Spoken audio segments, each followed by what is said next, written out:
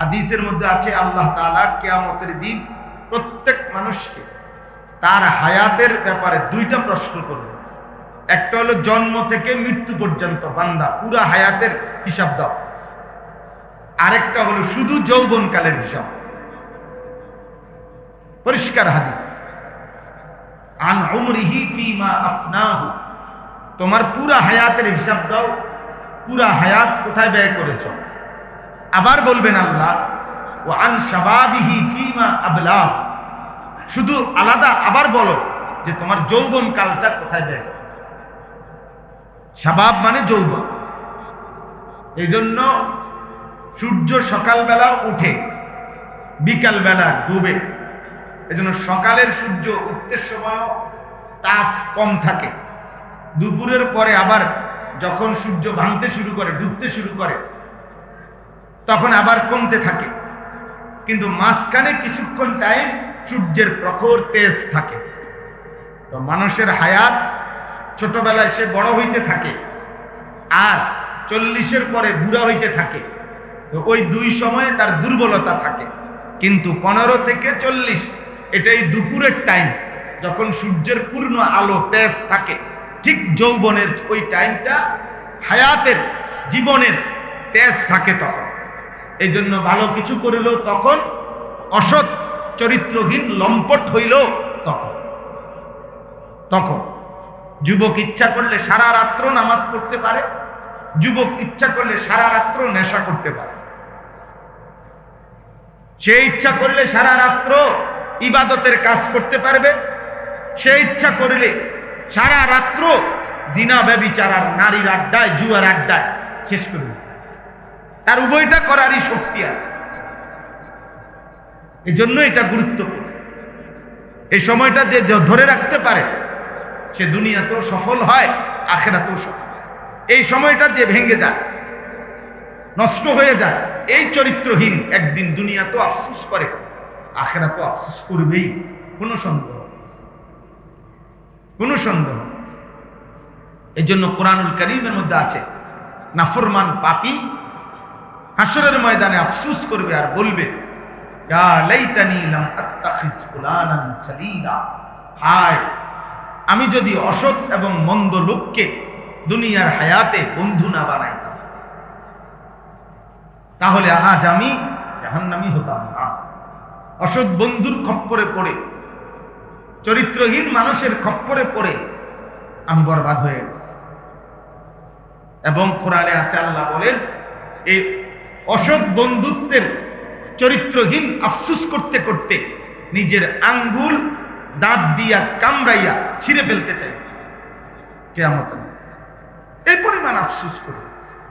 ভাই, আপনাদের কোনো একজন ভাই, আপনাদের এই বাচ্চা মসজিদ থেকে বাইর করতে হবে, একেবারে ছোট বাচ্চা এগুলো, এরা যদি এই পরিমাণ কষ্ট দেয় তাহলে এটা সম্ভব হবে না বয়ান করা। আমি নয়তো চলে যাইতে হবে, আমার ধৈর্য না কুলাইলে আমি বলতে পারবো না।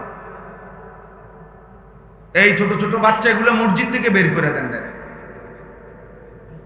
আর নয়তো ভিতরে ঢুকা।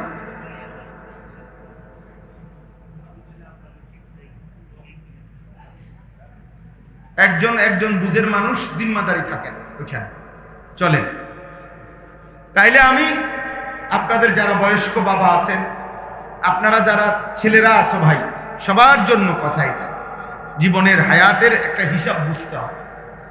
মানুষের দুপুরের আগে মেইন পরিশ্রমের টাইম, এতে যদি এই সময় ঘুম যায়, আসরের পরে কাম শুরু করলে সে ঘুষে তারত কাজটা কি করতে পারবে না, কুলাইতে পারত। আল্লাহর কুদরতি নিজাম দেখেন, এত সুন্দর। আল্লাহ তাআলা সময়ের বন্টন নামাজের সাথে এমন সুন্দর করছে যে ফজর থেকে জোহর এখানে কমপক্ষে 7 ঘন্টা গড়ে ডিস্টেন্স, ব্যবধান প্রত্যেক দিনে, সারা বছরে। তাইলে এটা কর্মের টাইম।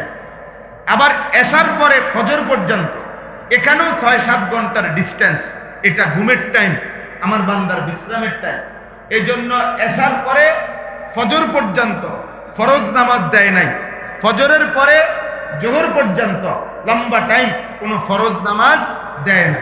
আল্লাহ যেন বলছে, বান্দা ফজর পড়ে মনোযোগ দিয়ে তুমি কাজে লাগো, একদম জোহর পর্যন্ত কাজ করো, আবার এশা পড়ে তুমি ঘুমায় পড়ো, আবার একদম ফজরের ওয়াক্ত পর্যন্ত ঘুমাও, এটা ফজরের নামাজ পড়ো। নাই তো জোহর থেকে আসর ব্যবধান কম, আসর থেকে মাগরিব ব্যবধান কম, মাগরিব থেকে এশা ব্যবধান কি 1.5 ঘন্টা 2 ঘন্টা গড়ে এতটুকু ব্যবধান।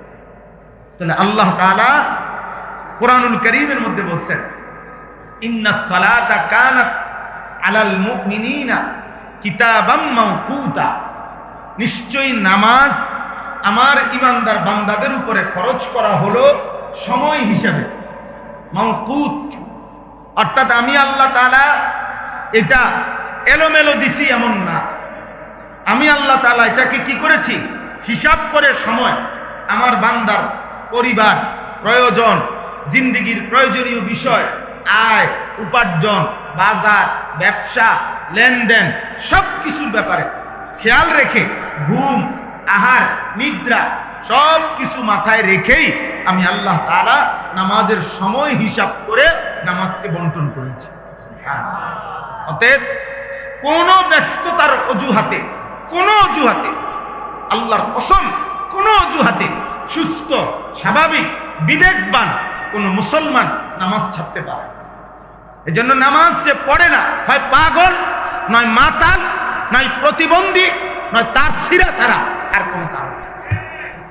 এটাই কারণ। এই পাগলের কোনো কি নাই, ভবিষ্যৎ জানে না। এই মাতাল নেশাখোরের মতো মাতাল, এই কারণে এই মাতাল সব বুঝে, শুধু নামাজ বুঝে, শুধু নামাজ বুঝে, আর কোনো কারণ নাই। তো সব কিছু পরিকল্পিত, কিতাবাম মাওকুতা। আল্লাহ তাআলা বলেন আমি যদি ফজরের পরে জোহরে 2 ঘন্টা পর পর নামাজ দিতাম, আমার বান্দার কাজের পেরেশানি হইত। এশার পরে ফজর আমি যদি 2 ঘন্টা পর পর আমার বান্দাকে হোমিওপ্যাথিক ওষুধের মতো 2 ঘন্টা পর পর ওষুধ, 1 ঘন্টা পর পর ড্রপ, হোমিওপ্যাথিক ওলারা এমনি দেয় না ওষুধ, তো এরম দিতাম, আমার বান্দার পেরেশানি হইত। আমার বান্দা আল্লাহ কোরআনে বলছেন ইউরিদুল্লাহু বিকুমুল ইউসরা ওয়ালা ইউরিদু বিকুমুল উসরা। কোরআনে স্পষ্ট আয়াত, আল্লাহ তাআলা বলেন বান্দা আমি আল্লাহ, আমি নিজে তোমার উপরে শরীয়তের বিধান দিতে গিয়ে আমি আল্লাহ নিজে তোমার সহজ যেন হয়, আল্লাহ বলে বান্দা আমি এটা খেয়াল রাখছি। আমি ইচ্ছে করে আমি আল্লাহ তোমার একটা বিধান ওয়ালা ইউরিদু বিকুমুল উসরা, কঠিন হোক আমি এটা চাই না। আমি জেনে বুঝে আমার বান্দারে কষ্টে ফেলতে আমি আল্লাহ কমপক্ষে চাই। করতে পারবা না ছেলেরা, আব্বা তামাশা করো আব্বা, অসুবিধা নাই, সব তামাশারই শেষ আছে। রৌদ্র যেমন কি হয়ে যায়, সূর্য যেমন ডুবে যায়, তো তোমার হায়াতও ডুবে যাবে, যৌবনও ডুবে যাবে। এই সক্ষমতা, এই বল, এই অহংকার, এই বেয়াদবি, এই উল্লাস কমবেই, কোনো সমস্যা নেই। এটা ঘাবড়াবার কিছু। মনে করো দুনিয়া কেউ পারলো না তোমার সাথে, কিন্তু আসমানওয়ালা ঠিকই তোমারে থামায় দিল। তোমার আব্বা না পারে নাই, তোমার সমাজ তোমাকে বুঝাইয়া পারে নাই, তুমি আল্লাহও চিনলা না, মালিকও চিনলা না, সেজদাও চিনলা না, নামাজও চিনলা না, ইসলামও চিনলা না, নবীও চিনলা না, অহংকার করতে গিয়ে সব ভুলে গেলা। কোরআনুল কারীমের মধ্যে আছে ইবলিস কেন সেজদা করলো না, আল্লাহ তাআলা বলেন আবা ওয়াস্তাকবারা, সে সেজদা দিতে অস্বীকার করলো। আর আল্লাহ সাথে সাথে বলল ওয়াস্তাকবারা, এবং সে অহংকার করলো।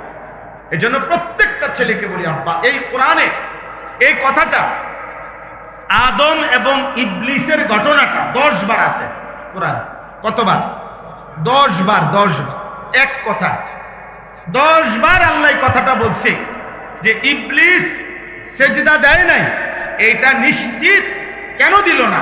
অহংকারের কারণে। এজন্য যে নামাজ পড়ে না, যে সেজদা দেয় না, আল্লাহর কসম কোরআনের বক্তব্য হলো ও অহংকারী, ও বেয়াদব, বেয়াদব, বেয়াদব, বেয়াদব। 100 ভাগ বেয়াদব, 100 বেয়াদব। পৃথিবীর নিকৃষ্ট বেয়াদব বেনামাজ, চূড়ান্ত বেয়াদব এই বেয়াদব। এই বেয়াদব অহংকারী, কারণ আল্লাহ এটাই বলছেন বারবার ইবলিস সেজদা দিতে অস্বীকার করলো এবং অহংকার করলো। তাহলে এই অহংকারটা কি?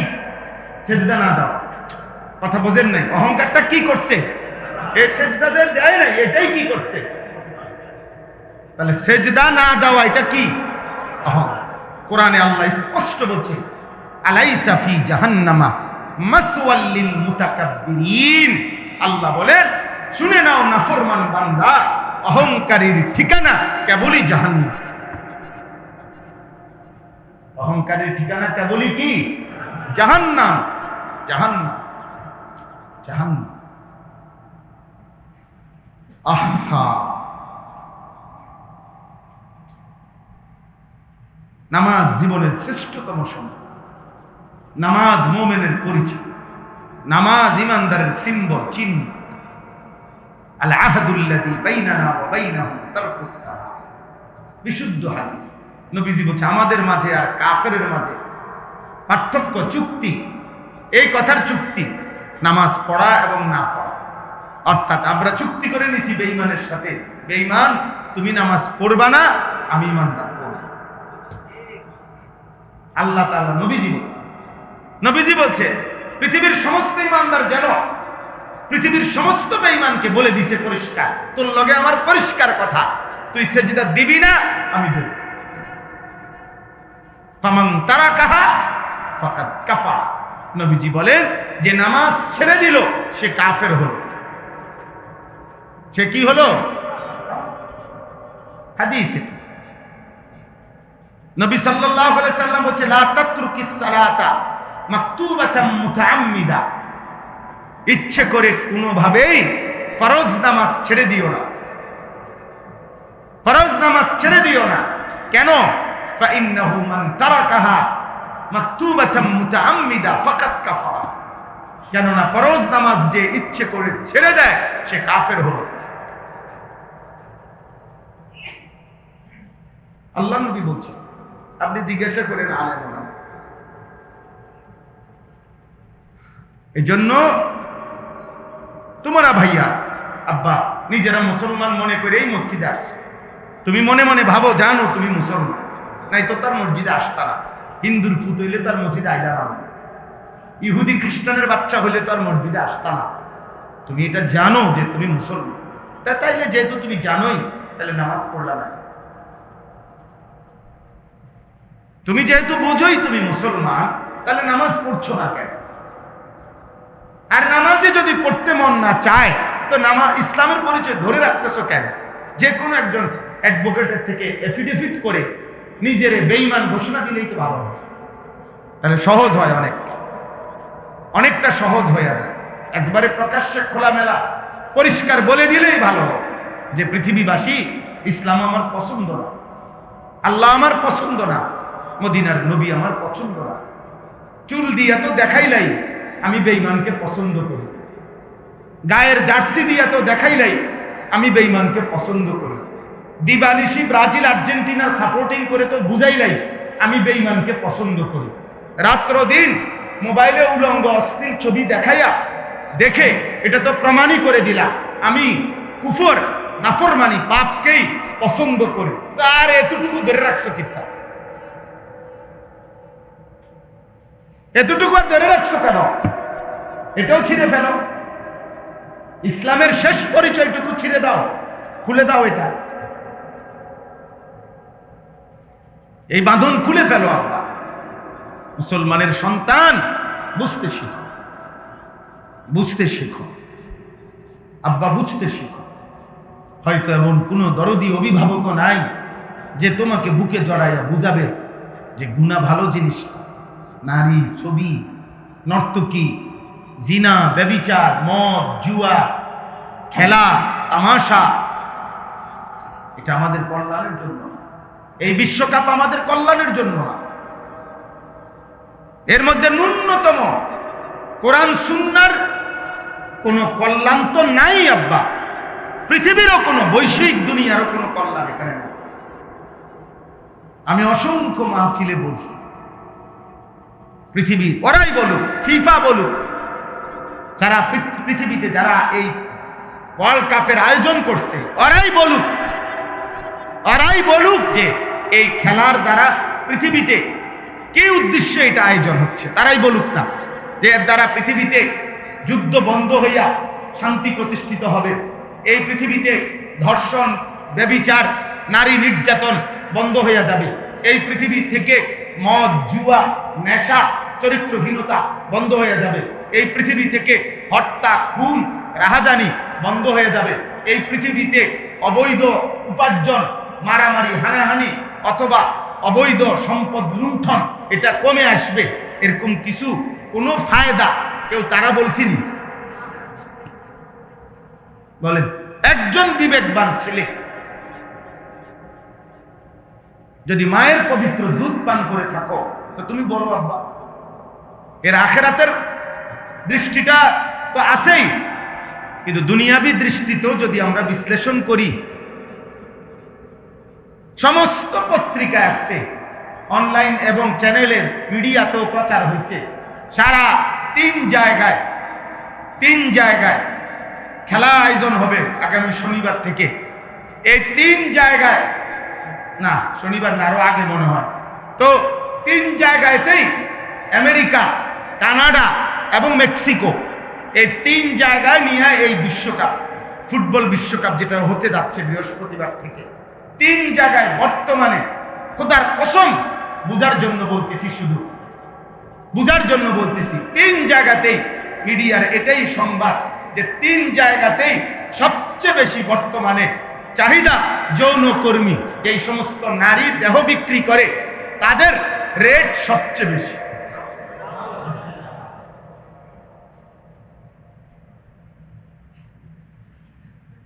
হ্যাঁ,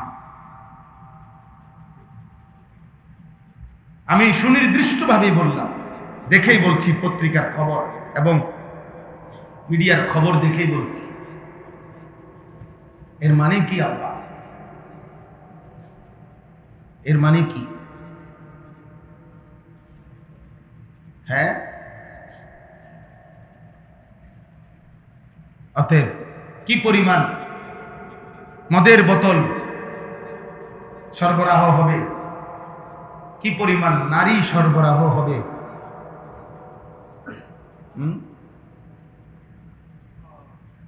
বলো না ভাই, কি পরিমাণ নাচ গান, 3টা দেশের 3টাতে উদ্বোধনী অনুষ্ঠান হবে, তো সেখানে নাচ গান হবে, তো ফুটবল খেলার সাথে নর্তকীর নাচের কি সম্পর্ক?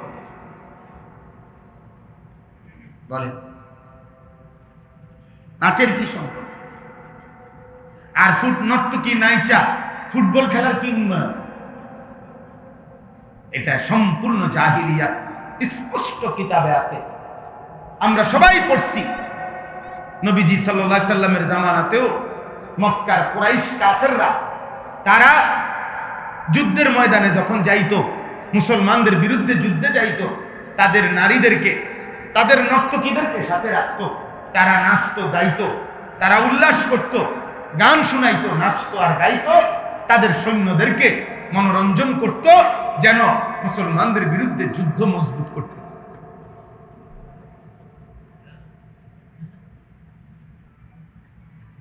এই জন্য ভাইয়া এটা বুঝো, আব্বা বুঝো, তোমরা যারা খেলোয়াড়দের জার্সি পড়েছ, গেঞ্জি, তোমরা নিজেকে স্পষ্ট দাঁড়িয়ে এখন বলো, এর দ্বারা তুমি নিজেকে কি পরিচয় দিতে চাচ্ছ? মুসলমান না ব্রাজিল? মুসলমান না আর্জেন্টিনা? বলো ভাই। হ্যাঁ, মনে করো হাসি দিয়ে উড়াইয়া দিলা, অসুবিধা নাই, তোমার জন্য পৃথিবী থামবে না, আমার জন্য পৃথিবী থামবে না, কারো জন্যই না। ফেরাউনের মৃত্যুতেও সূর্যের কিছু হয়েছে না, আবার আব্দুল কাদের জিলানীর মৃত্যুতেও সূর্যের কি হয় নাই? কিছু হয় নাই, সূর্য চলতেই থাকছে। সময় কি চলে, সময় কারো জন্যই থামবে না, ইমানদার হোক আর নাফরমান, কারো জন্যই আটকাবে না। আমরা যারা মাগরিবের নামাজ জামাতে পড়ছি, আমাদেরও সূর্য ডুবছে। তোমরা যেসব নাফরমান মাগরিবের নামাজ পড়ো নাই, তোমাদেরও সূর্য ডুবছে। এখন তোমাদের রোদ না, তোমাদেরও সূর্য ডুবা। অতএব সময় চলমান, সময় তোমারে নিয়ে আমারে নিয়ে চলতেই আছে। কিন্তু এই কথা বুঝাইতে হবে, এ কথা বুঝতে হবে, এ কথা বুঝতে হবে। পৃথিবীর উন্নয়ন কি, আমার দেশের উন্নয়ন কি? এই লক্ষ লক্ষ কোটি কোটি টাকা আমাদের বাংলাদেশেই যা ব্যয় হচ্ছে এই খেলাকে কেন্দ্র করে, আমার দেশের রাষ্ট্রের অর্জন কি, আমাদের বাংলাদেশে কি কি লাভবান হবে তোমাদের এই যুবকদের এই উল্লাসের দ্বারা, বলো। দেশের সমৃদ্ধি কি? আল্লাহ আমাদেরকে হেফাজত করে। এজন্য এটা স্পষ্ট, রাসূলুল্লাহ সাল্লাল্লাহু আলাইহি সাল্লাম বলছেন, আল্লাহর নবী বলছেন, যে ব্যক্তি যার সাদৃশ্য গ্রহণ করবে, খোদার কসম নবীজি বলছে ফাহুয়া মিনহু, সে তাদেরই অন্তর্ভুক্ত হবে। নবীজি বলছেন আল মারউ মা মান আহাব্বা, যে যাকে ভালোবাসবে কিয়ামতের দিন সে তার সাথেই থাকবে। হাদিস শুনেন, চাচারা শুনলে খুশি হবেন। এই হাদিস যেদিন নবীজি বলছে, হযরত আনাস এই হাদিসের বর্ণনাকারী, হযরত আনাস রাদিয়াল্লাহু তাআলা আনহু, উনি বলছেন যে আল্লাহর কসম, ইসলাম গ্রহণ করার পর থেকে নবীজির সাথে আমরা সাহাবারা এর আগে আর কোনোদিন এত বেশি খুশি হই নাই। এই দিন যে পরিমাণ খুশি লাগছে যে নবী বলছে যে যাকে ভালোবাসে তার সাথে হাসরের ময়দানে থাকবে। হযরত আনাস বলেন, আমি চিৎকার করে পৃথিবীবাসীকে বলতে চাই, আমি আল্লাহকে ভালোবাসি, আমি আমার নবী মুহাম্মদ সাল্লাল্লাহু আলাইহি সাল্লামকে ভালোবাসি, আর অতএব আমি আশা করি আখিরাতে জান্নাতে আমি নবীর পাশেই থাকব ইনশাআল্লাহ। এই কথা তিনি বলেন, এই কথা ভেবে আমরা সাহাবীরা খুশি হয়ে গেছি, খুশি হয়ে গেছি যে হ্যাঁ, যে নবীর সাথে জীবন কাটাইলাম দুনিয়া, ভালোবাসার বরকতে আশা করি আখিরাতেও ওনার সাথেই থাকব।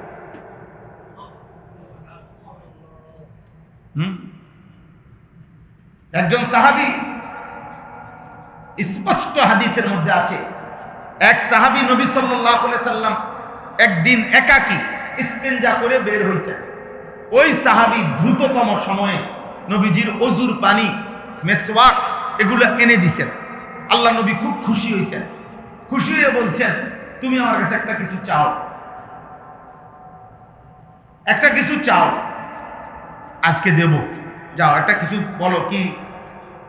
নবীজি বলছেন, তখন ওই সাহাবী বলছে, আসআলুকা মুরাফাকাতাকা ফিল জান্নাহ। সুবহানাল্লাহ, ইয়া রাসূলুল্লাহ, আজ এই একান্ত বিশেষ দোয়ার সুযোগে আমি আপনার কাছে চাই, আমি জান্নাতে আপনার সঙ্গী হতে চাই। আল্লাহ নবী সাল্লাল্লাহু আলাইহি ওয়াসাল্লাম বলছে, আওয়া গায়রাহা, সাহাবী অন্য কিছু চাও, এটা না। ওই সাহাবী বললেন, ইয়া রাসূলুল্লাহ, আপনি বলছেন চাইতে, আমি এটাই চাইলাম, আমার যা লাগবে, আমি আপনার সঙ্গী হতে চাই জান্নাতে। আল্লাহ নবী সাল্লাল্লাহু আলাইহি ওয়াসাল্লাম তখন বললেন, তাহলে ফাআইন্নী বিকাসরাতিস সুজুদ, তাহলে তুমি আমারে সহযোগিতা করো বেশি বেশি সেজদার মাধ্যমে, নামাজ ঠিক করে পড়ো, বাকিটা আমি দেখমু, আমি তোমার জান্নাতের পাশেই রাখবো। সাহাবায়ে কেরামের একান্ত একটা দোয়ার সুযোগ পাইছে, একটা চাওয়ার, এই সুযোগটা কামে লাগাই দিছে যে নবী আপনার সঙ্গী। কি বুঝাইতে চাচ্ছ আল্লাহ? তোমরা এই চালাক, আমরা সবাই বেকুব হয়ে গেলাম। ওই দেখো, ওই বেয়াদব ওর গায়ে হেলান দিয়া বসছে। মা, আপনারা দেখবেন, আপনারা যদি আপনাদের ছেলে, এই 200 ছেলে একসাথ করেন, ওদের চেহারা দেখলে, চুল দেখলে, ওদের নড়াচড়া দেখলে আফসোস লাগবে কোন বিবেকবান, যাহা আমাদের সন্তান কি করছে, আমরা কোথায়, ইসলাম কোথায়, দিন কোথায়, কোরআন কোথায়, নবীর সুন্নাহ কোথায়, মুসলমানের বাপ কোথায়, মা কোথায়, পরিবার কোথায়, পারিবারিক বন্ধন কোথায়, বলেন।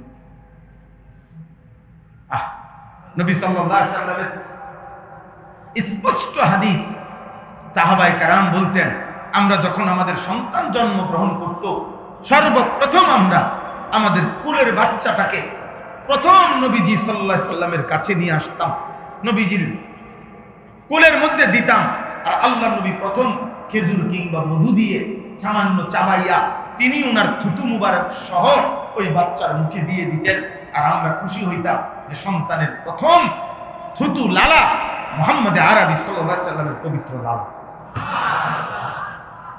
গর্ব করতেন ওনারা, গর্ব করতেন যে আমার মুখে প্রথম যার লালা ঢুকছে সে নবী আরবি সাল্লাল্লাহু আলাইহি ওয়াসাল্লাম।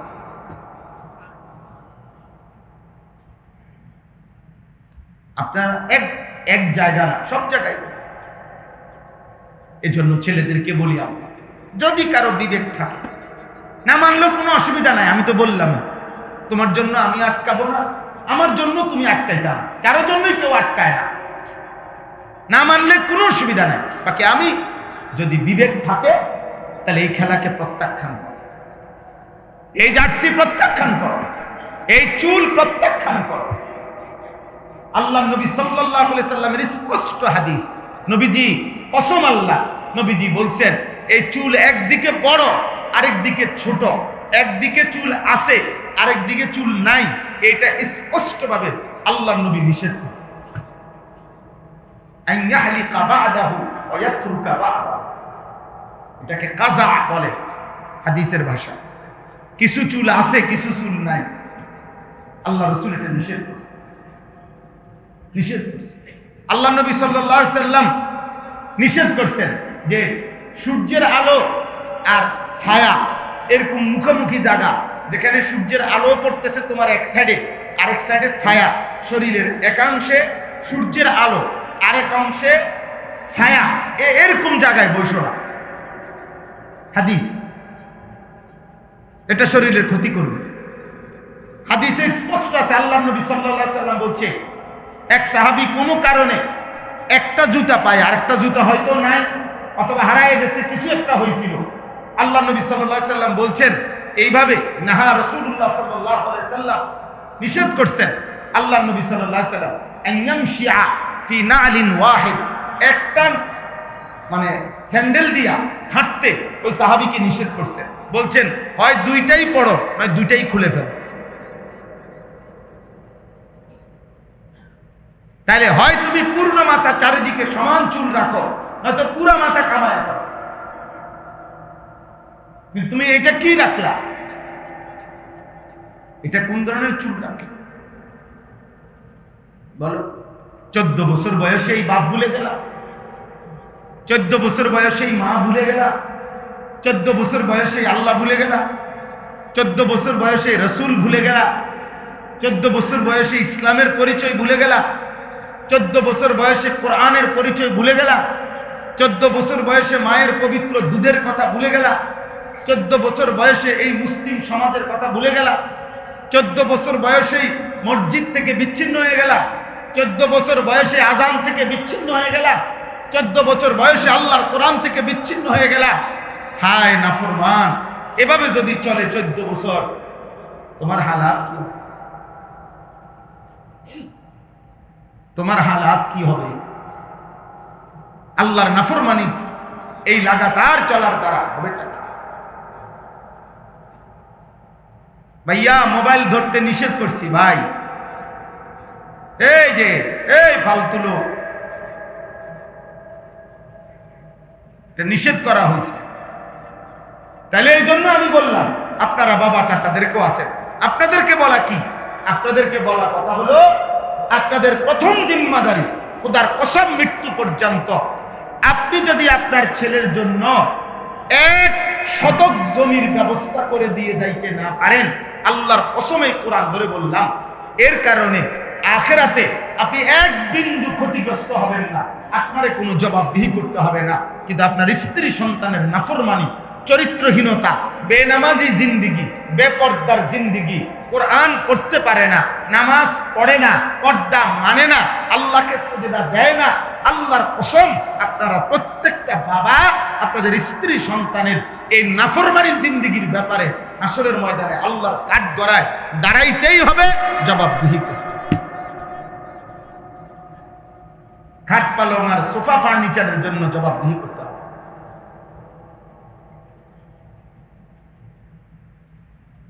কেউ বলবে না কিয়ামতে তুমি বাচ্চা থাকতে তোমার ফুতের লেগে ঘর করে দিয়ে গেল না, না, এটা কোনো দরকার নেই। দরকার ঈমান। ওয়া'মুর আহলাকা বিস-সালাহ ওয়াসতাবির আলাইহা, কোরআনের স্পষ্ট আয়াত। আল্লাহ বলছে তুমি তোমার পরিবারের সদস্যদেরকে নামাজের আদেশ করো, নিজে নামাজের উপরে মজবুত থাকো। লা নাসআলুকা রিজকা, পরিবারের কারো জন্য রিজিকের কোনো পেরেশানি সহযোগিতা আমি চাই না তোমার কাছে। নাহনু নারযুকুকা, আমি একাই আমি আল্লাহ সকলের রিজিক দেব। তোমার ফুড আমি পাঠাইছি, তোমার ছেলে আমি পাঠাইছি।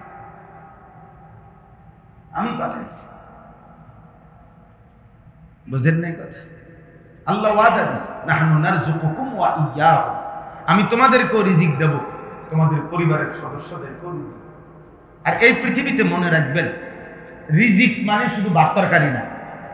মানুষের জীবনে হায়াতে, দুনিয়ার হায়াতে আল্লাহর পক্ষ থেকে মানুষ যা কিছু পাচ্ছে সব রিজিক। সূর্যের আলো, চন্দ্রের আলো, রৌদ্র, বৃষ্টি, আগুন, পানি, হাসি, কান্না, স্ত্রী, ছেলে মেয়ে, ভাত, মাছ, চাল, ডাল, জমি, ফসল, খাদ্য, ঘুম, আহার, নিদ্রা, এক কথায় সব রিজিক। সব কি বলেন না? সব রিজিক। মানে আল্লাহ তাআলা যা দিচ্ছেন সবই কি রিজিক। আপনার যদি এমন হয় যে না, আমার এমন কিছু আছে যেটা আমি আল্লাহ ছাড়া অন্য কেউ দেয়, তো ঠিক আছে। এমন যদি আপনার থাকে তো থাকছে, আমার এমন নাই। আমার কাছে আমার জানা মতে আমার আল্লাহ দেয় না এমন কিছু আমার কাছে নাই। অন্যদের কাছে আছে কিনা সেটা সে বলতে। কিন্তু আমরা কি মনে করি, আমাদের আল্লাহ ছাড়া আমাদেরকে যাররা পরিমাণ দেনেওয়ালা আর কেউ আছে? বলেন না, আর কেউ আছে? সেই আল্লাহকে ভুলে যাওয়া, সে আল্লাহর কোরআন ভুলে যাব কেন? সে আল্লাহকে ভুলে যাব কেন? চলেন, এজন্য আজকে এতগুলো কথা বলার অর্থ হইল, ছেলেদেরকে বলি বাবা, গুনাহ ছাড়ো। তোমাদের কাছে অনুরোধ, বাস এমন সুন্দর জীবন নষ্ট করো। এই নারী, এই ছবি, এই জিনা, এই ব্যভিচার, এই অশ্লীলতাপূর্ণ, এই উল্লাস, এই নর্তকীর নাচ গানওয়ালা এমন খেলা প্রত্যাখ্যান। শারীরিক সুস্থতার জন্য যদি নড়াচড়া করতে হয় তো তুমি কিছু শরীর নড়াচড়া করো, তুমি নিজস্ব ব্যায়াম করো, তোমার শরীর ফিটনেস ধরে রাখো, গুনাহ নাই, কোনো গুনাহ নাই। শুধু নামাজের ক্ষতি না হইলে, হারাম কোনো কিছুর সাথে যুক্ত না হইলে শারীরিক নড়াচড়া বাকি, এটার সাথে শরীয়তের কোনো কিছু কি হইতে পারবে না, খেলাফ হইতে, নামাজ ছুটতে পারবে না, হালাল উপার্জন ছুটতে পারবে না, এবং হারাম কিছু যোগ হইতে পারে। আমাদের খতিবে আজম মুনাজিরে জামান আল্লামা নুরুল ইসলাম অলিপুরি দামাত বারাকাতুহুমুল আলিয়া এই কয়েকদিন আগে স্পষ্ট এই ব্যাপারে বক্তব্য দিয়েছেন। হযরত এটা পরিষ্কার বুঝায় যে 3 জিনিস যদি না হয় তো স্বাভাবিক যে কোনো রকমের খেলাধুলা, নড়াচড়া, শারীরিক ব্যায়াম, কসরত জায়েজ আছে। 1 নাম্বার হলো এর দ্বারা আমার দ্বীনের আখিরাতের ক্ষতি হইতে পারবে না, গুনাহ হইতে পারবে। 2 নাম্বার হলো দুনিয়াবি হালাল প্রয়োজন। আমি আপনার দোকান থুইয়া, ব্যবসা থুইয়া, চাকরি বাদ দিয়া, পড়ালেখা বাদ দিয়া হাতে খেলে না, দুনিয়াবি হালাল যা প্রয়োজন এটারও ক্ষতি হইতে পারবে। আর 3 নাম্বার, এটার সাথে কোনো গুনার কিছু মিশ্রণ থাকতে পারে। আল্লাহ আমাদেরকে বুঝার তৌফিক দান করেন। আমরা স্পষ্ট বললাম, আমরা স্পষ্ট, কারো বিবেকে যদি থাকে তুমি মিলাইয়া নিও দুনিয়াবি উপকার আছে কিনা। ব্রাজিল আর্জেন্টিনার সাপোর্টারের সাথে দুনিয়াবি আমাদের রাষ্ট্রের, তোমার জীবনে, তোমার পড়ালেখার, তোমার উপার্জনের কোনো কিছুর সাথে কোনো মিল নেই, সম্পর্ক নাই, সম্পর্ক নাই। বলে এটা এমনি শুধু না, এমনি এমনি নিজে নিজে আমি শুধু এমনি হাসি, নিজে আতফাওয়ারি, নিজে পাও, এরকম মানুষকে যেই কোনো মানুষ বলবে এতে পাগল। এটা যে কেউ বলবে যে এ পাগল, এ নিজে হাসে, তাহলে এটা বলারও তো সুযোগ নাই যে হুজুর আমি এমনি, এটা হালাল হারাম না, এত কিছু বুঝি না, আমি এমনি খেলা দেখি না। এমনি দেখবা কেন? সুস্থ স্বাভাবিক মানুষ যে পাগল না, সে এমনি করে কেন? স্বাভাবিক সুস্থ মানুষের তো একটা কাজের, আমি ক্যান্টনমেন্ট থেকে রওনা দিলাম, আমার পথে একজনে জিজ্ঞাসা যদি করে কই যান, না কোনো আনে যাই না, এমনি আড়িয়ে। তো হেঁটে কি করবো? মা পাগল না, কথা বোঝেন না? বাসে যদি কন্ট্রাক্টরে জিজ্ঞাসা করে প্যাসেঞ্জার রে যে কই যাবেন, না কোনো আনে যাবো না, এমনি বইছি আর কি। তো হেল্পার রে কি বলবে কন্ট্রাক্টর? এই পাগল উড়াইছে কীর্তি, তে কয় কই কি এমনি বলে বলছে। তাহলে এটা হইতে পারেনি কর্ম। তাইলে কি কারণ? আখিরাতের কোনো উন্নতি নাই, রাষ্ট্রের কোনো উন্নতি নাই, আমার ব্যক্তির জীবনের দুনিয়ার হায়াতেরও কোনো উপকার নাই, এমনি এমনি হওয়ারও কোনো কারণ নাই। তো কি কারণ হইতে পারে? আল্লাহ আমাদেরকে মাফ করে। আমরা গুনাহ ছাড়তে হবে, আমাদেরকে পাপ ছাড়তে হবে। দুনিয়ার ভালো থাকা, আখিরাতের ভালো থাকার জন্য অন্যতম জরুরি গুনাহমুক্ত জীবন। একজন মানুষের জীবনে তিনটি জিনিস মৌলিকভাবে জরুরি। কয়টি জিনিস বলেন? এই শেষ কথা আমার। এই আয়াতটা পড়ার জন্য এই তিনটা কথা বললেই মুখে আপনি শেষ। এক নাম্বার ঈমান। এক নাম্বার ঈমান। ঈমানবিহীন জীবন ব্যর্থ। যার ঈমান নাই ওই মানুষ পৃথিবী যদি 10-12 মালিক হয় তারপরও সে কি ব্যর্থ, সে কি ব্যর্থ। এক নাম্বার সফলতা, কামিয়াবি, কৃতকার্যতা, এর জন্য প্রথম জরুরি কি? ঈমান জরুরি। ঈমানবিহীন মানুষ ব্যর্থ। পৃথিবীর সমস্ত কাফের ব্যর্থ, পৃথিবীর সমস্ত মুশরিক ব্যর্থ, ব্যর্থ। এক। দুই নাম্বার তাকওয়া। দুই নাম্বার কি বলেন? তাকওয়া। কি তাকওয়া মানে দুই কথা। এক, গুনাহ থেকে বেঁচে থাকা, আদেশ পালন করতে থাকা, আল্লাহ আল্লাহর রাসূলের নিষেধগুলো বর্জন করা, আল্লাহ আল্লাহর রাসূলের আদেশগুলো পালন করা, এটা আমাদের জীবন তাকওয়া। এখানে কোনো অফিস টাইম, বিরতি টাইম নাই। তাকওয়ার থেকে মুক্ত ইমানদারের কোনো জীবন নেই। মানে এটা অফিস সিস্টেম না যে 8টা থেকে 4টা আমি আপনার অফিসের কর্মচারী, অতএব এই 8 ঘন্টা আপনি যা বলতেছেন আপনার অফিসের নিয়মে আমি চাকরি করলাম। 4টায় যখন ছুটি, এবার আমি মুক্ত, স্বাধীন। এবার পরের দিন 8টা পর্যন্ত আপনার আর জানার দরকার নাই আমি কি করি, কি খাই, আমি হাসি না কাঁদি, আমি নাচি না ঘুম যাই, আপনার দরকার নাই।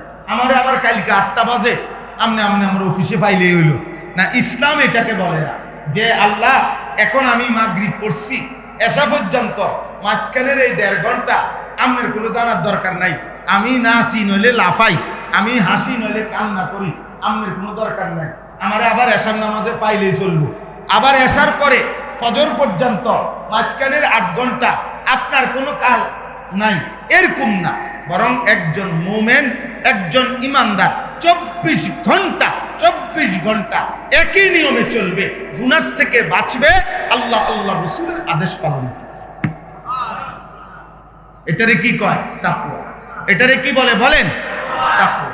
তাকওয়া, তাকওয়া। আল্লাহ আল্লাহ রাসূলের তরিকায় চলা, গুনাহ থেকে বেঁচে থাকা, ইবাদত করতে থাকা। কেউ পালন না করলেও এটাই সত্য, কেউ না মানলেও এটাই সত্য। 3 নাম্বার কইছি না 3টা কথা। 3 নাম্বার কথা হলো এই দ্বিতীয় কথার সংশোধনী, অর্থাৎ দ্বিতীয় বিষয়টার মধ্যে একটা ঝামেলা আছে। ঝামেলাটা হইল তাকওয়া আমার জীবনে জরুরি, মানে গুনাহ আমি করব না, আমল আমি ছাড়ব না। বলেন তো কি কইছি? গুনাহ আমি, আমল আমি, কিন্তু যত কিছুই বলি আমি, যত কেয়ারফুলি থাকি, আমার দ্বারা গুনাহ হবে, এটাই স্বাভাবিক। আমার আমল ছুটবে, গুনাহ হবে, আমলও কি হবে? ছুটে যাবে। তা তাইলে এবার আমার করণীয় কি? এই 3 নাম্বার হলো ইস্তিগফার ও তাওবা। 3 নাম্বার কি? ইস্তিগফার ও তাওবা। আল্লাহ বলেন কোনো অসুবিধা নাই বান্দা, চলতে থাকো, হাঁটতে থাকো, যেভাবে যখনই ফিসলা খাইয়া পড়বা, ফিসলা খাইবাই তুমি, অসুবিধা নাই। আবার ঘুরে দাঁড়াও, তার মানে ইস্তিগফার ও তাওবা করো। ইস্তিগফার ও তাওবা মানে কি? ইস্তিগফার মানে হলো গুনাহ ছেড়ে দিয়ে মাফ চাওয়া। তাওবা মানে হলো পুনরায় ইবাদত শুরু করে আল্লাহর কাছে ফিরে আসা। এটা বুঝতে হবে। গুনাহ ছেড়ে দিয়ে মাফ চাওয়া এটাকে বলে ইস্তেগফার। আর পুনরায় ইবাদত শুরু করে আল্লাহর কাছে ফিরে আসা এটাকে বলে কি? তাওবা। বলেন তাহলে ইস্তেগফার কাকে বলে? বলেন গুনাহ ছেড়ে দিয়ে মাফ চাওয়া। বলেন এই কথাটা বলেন, এটারে কি বলে? ইস্তেগফার। আর তাওবা বলে কাকে? পুনরায় ইবাদত শুরু করে আল্লাহর কাছে কি করা? ফিরে আসা। যে ইবাদত শুরু করে সে আল্লাহর কাছে ফিরে আসে, আল্লাহর কাছে ফিরে আসে। এই জন্য বয়স্ক চাচাদেরকেও বলি, এ কথা জরুরি মনে রাখতে হবে যে কোন ব্যক্তি গুনাহ ছাড়ে নাই, গুনাহ ছাড়ে নাই, ইবাদত আবার শুরু করে নাই, এমনি শুধু বলতেছে আস্তাগফিরুল্লাহ আস্তাগফিরুল্লাহ ওয়া আতুবু ইলাই, এটা আপনি যত সুর দিয়েই কর, যত চোখের পানি ফেলেই বলেন, যত লড়াচড়া কইরা ডুললে ডুললেই কর, যত হুজুরের তালে তালেই বলেন, যত ফিসাবের তালে তালেই বলেন, যত বিরানির ফুটলার তালে তালেই বলেন, যত খিচুড়ির ড্যাগের তালে তালেই বলেন, এটা তাওবাতুল কাদ্দাবিন, এটা মিথ্যাবাদীর তওবা, মিথ্যাবাদীর তওবা, মিথ্যাবাদীর তওবা। এই লোক মিথ্যুক মিথ্যুক মিথ্যুক। তার আস্তাগফিরুল্লাহ মিথ্যা, তার আতুবু ইলাইহি মিথ্যা। কথা বুঝেন না? এটা কিতাবের কথা, এটা আউলিয়াদের কথা, এটা ওলামাদের কথা। আপনি সুদের টাকা সম্পূর্ণ আগের জায়গা জেনে, যেই টাকা এনে রয়ে গেছে, কিস্তি যেটা জেনে এটা রয়ে গেছে, বিড়ি পকেটে, হ্যাঁ টেলিভিশনে উনি গিয়েই আইসেও টেলিভিশন থেকে আবার গিয়েই বসবে টেলিভিশনে, মসজিদে ঢুকবার আগে গালি দিয়ে আইছে, মসজিদে বাইরেও গালি দেয়, মাইজগান দিয়ে কয় আস্তাগফিরুল্লাহ রাব্বি মিন কুল্লি দামবিন ওয়া আতুবু, ডোলে এমনি এমনি লড়ে, কিতেন লড়েন বাটপার, লড়েন কিতেন কারে করে আস্তাগফিরুল্লাহ, কারে আল্লাহ বুঝে না, হ্যাঁ ফেরেশতা এগুলো বুঝে না, এটা আস্তাগফিরুল্লাহ। এমন আস্তাগফিরুল্লাহর উপরে আস্তাগফিরুল্লাহ, এমন আস্তাগফিরুল্লাহর উপরে কি? এমন তওবার উপরে তওবা। এটা বলে আর কি, এক বুজুর্গ ওনার পাশে হজে যাচ্ছেন, তো ওনার সাথে বিমানে আরেকজন হাজী সাহেব, দুজনের গায়ে এহরাম, তো ওই আল্লাহওয়ালাকে এই হাজী সাহেব ওনার গায়েও এহরাম করা, হজে যাচ্ছে, পরে উনি ওই বিমানের মহিলা যারা খাবার দেয় বিমানবালা, এদের পোশাক আশাক কম, হ্যাঁ এরা সুন্দরী, তো এই হাজী সাহেব ওই আল্লাহওয়ালাকে বলতেছে, হজরত, পাকিস্তানের হজরত, করাচি হজরত যাকে বলে, ওনার ঘটনা আর কি উনি শুনাইছেন। তো এই হাজী সাহেব এহরাম করা, উনি ওই মহিলাদের দিকে তাকায় তাকাইয়া হঠাৎ আফসুস করতে করতে বলতেছেন, হজরত আস্তাগফিরুল্লাহ আস্তাগফিরুল্লাহ, ये कैसा मंजर है, আস্তাগফিরুল্লাহ আস্তাগফিরুল্লাহ, হযরত এটা কি দৃশ্য, মহিলার উপরে এত ব্যাপারটা। তখন এই হযরত আল্লাহওয়ালা বলতেছে, ভাই তেরি আস্তাগফিরুল্লাহ পর আস্তাগফিরুল্লাহ, তোমার আস্তাগফিরুল্লাহর উপরে আস্তাগফিরুল্লাহ। মানে কেন? তুমি তো পুরা তাকাইয়াই আসো মহিলার দিকে, তাকাইয়া তাকাইয়া কইতেছো আস্তাগফিরুল্লাহ, এটা কেসা আস্তাগফিরুল্লাহ, বুঝেন না? তো তুমি বললেন, আরে ভাই পহলে তো নজর হটাও ফির আস্তাগফিরুল্লাহ, আগে তো কি করো?